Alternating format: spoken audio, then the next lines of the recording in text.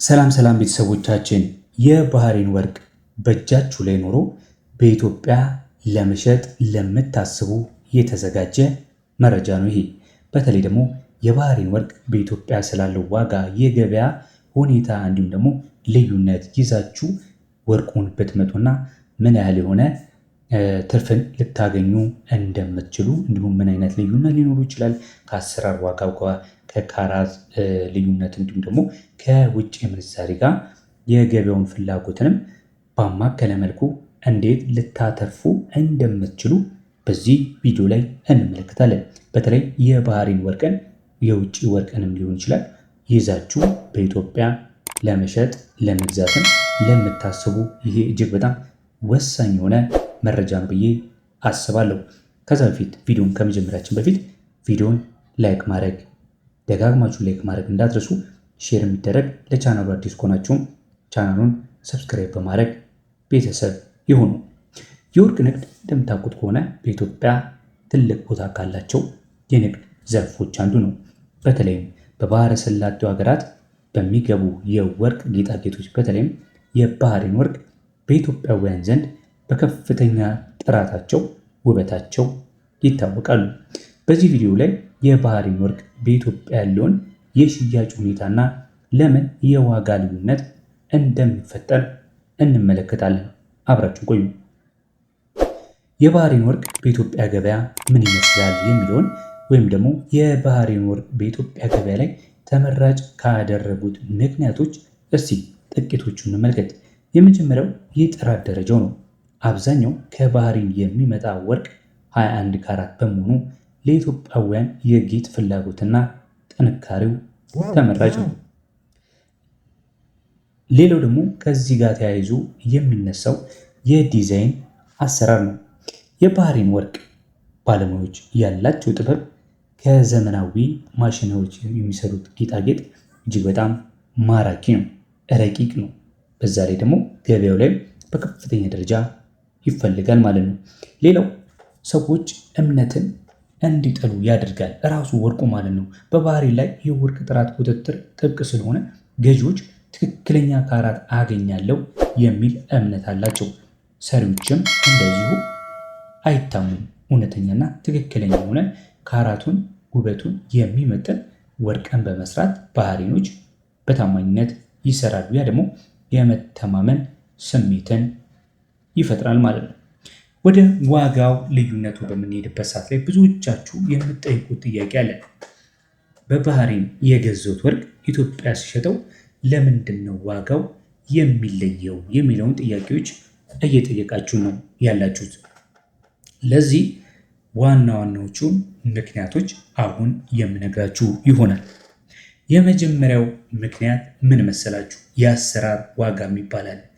ወርቅ ሲገዛ የጥሬው ወርቅ ዋጋ ላይ የዲዛይኑ ወይም ደግሞ የፋብሪካው የአሰራር ዋጋ ይጨመርበታል። ይህ ዋጋ እንደ ጌጣጌጡ ውስብስብነት ሊለያይ ይችላል። ነገር ግን ወርቁን መልሳችሁ ሲሸጡት ገዢው የሚገዛው እንደ ጥሬው ወርቅ እንጂ እንደ አሰራር ዋጋውን ከግምት ውስጥ አያስገባም። ይህም በገዢና በሽያጭ መካከል ልዩነትን ይፈጥራል ማለት ነው። የአሰራር ዋጋው ምክንያቱ ያ ነው።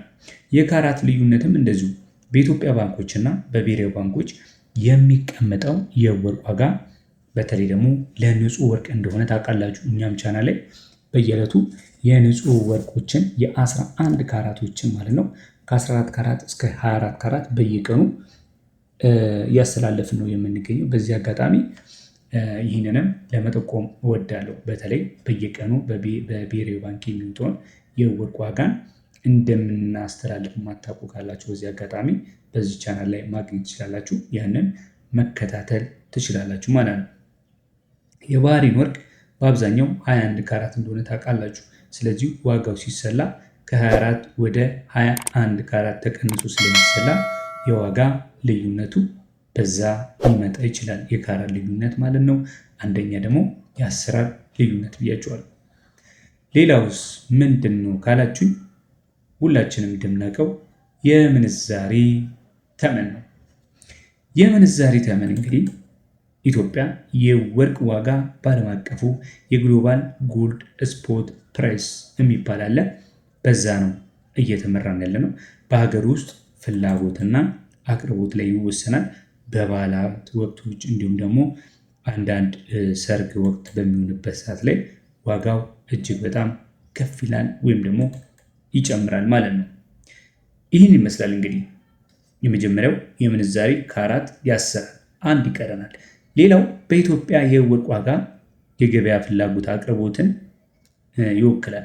በሀገር ውስጥ ፍላጎትና በአቅርቦት መካከል ማለት ነው። የውጭ ምንዛሬ አለ በአንድ በኩል፣ በሌላ በኩል የካራት ልዩነት አለ፣ የአሰራር ዋጋ አለ ማለት ነው። የውጭ ምንዛሬ ላይ አንድ ያልነገርኳችሁ ነገር በሁለቱ ሀገራት መካከል ያለው የውጭ ምንዛሬ ልዩነት በተለይ በባንክና በፓራሌል ማርኬቱ የዋጋ ልዩነት አለ። ያ ደግሞ ከፍተኛ የሆነ የዋጋ ልዩነት ያመጣል ማለት ነው። ፓራሌል ማርኬት ማለት በጥቁር ገበያ ወይም ደግሞ በውጭ ገበያ ማለት ነው። በባንክ ያለው ገበያ አለ። በዛ ምክንያት ልዩነት ሊያመጣ ይችላል። ቀጥሎ የምንመለከተው ደግሞ ምን አይነት ወርቅን ስትሸጡ ልታውቃቸው የሚገቡትን 1-2-3 ነጥቦችን እነግራችኋል። በተለይ ወርቅን በምትሸጡበት ሰዓት ላይ ኢትዮጵያ ይዛችሁት የባህሬንን ወርቅ ይሁን የሌላን ወርቅ ቢሆን ይዛችሁ ስትሸጡ ደረሰኝ ያዙ። ወርቅ የገዛችሁበትን ደረሰኝ መያዝ ለጥራቱ ማረጋገጫ እንዲሁም ደግሞ ለሕጋዊነቱ እጅግ በጣም ስለሚጠቅማችሁ ወርቅን ብትይዙ ተመራጭ ነው ማለት ነው። ሌላው ደግሞ ወቅታዊ ዋጋውንም ብታውቁ አይከፋም። ከመሸጣችሁ በፊት ዓለም አቀፍ የወርቅ ዋጋ እንዲሁም ደግሞ የሀገር ውስጥ የባንክ ዋጋዎችን ማረጋገጥ እጅግ በጣም ብልህነት ነው ማለት ነው። ይህን ይመስላል እንግዲህ። ሌላው ሶስተኛ ላይ የምነግራችሁ ነገር ደግሞ የካራት ምርመራ ብታደርጉ ጥሩ ነው። በኢትዮጵያ ያሉ ወርቅ ቤቶች ብዙዎቹ ወርቅን መዝነው ካራቱን መርምረው ነው ዋጋ የሚሰጡት። ስለዚህ ከታመኑ የወርቅ ቤቶች ግዢም ብታደርጉ፣ በተጨማሪም ደግሞ የያዛችሁትን የባህሬንም ሆነ የሌላን የውጭ ወርቅ ይዛችሁ የምታማችሁትን ብትሸጡ እመክራችኋለሁ ማለት ነው። ይሄ መረጃ እጅግ በጣም ጠቃሚ ነው። በጣም ተመችቶናል። በቀጣይም እነዚህ አይነት ከቢዝነስ ጋር ከወርቅ ጋር የተያዙ እንዲሁም ከምንዛሬ ጋር የተያዙ መረጃዎችን ይዘልና የምትሉ ከሆነ እችጋ የምትመለከቷትን ሰብስክራይብ ማድረግ የደወል ምልክቷንም መጫን አትርሱ።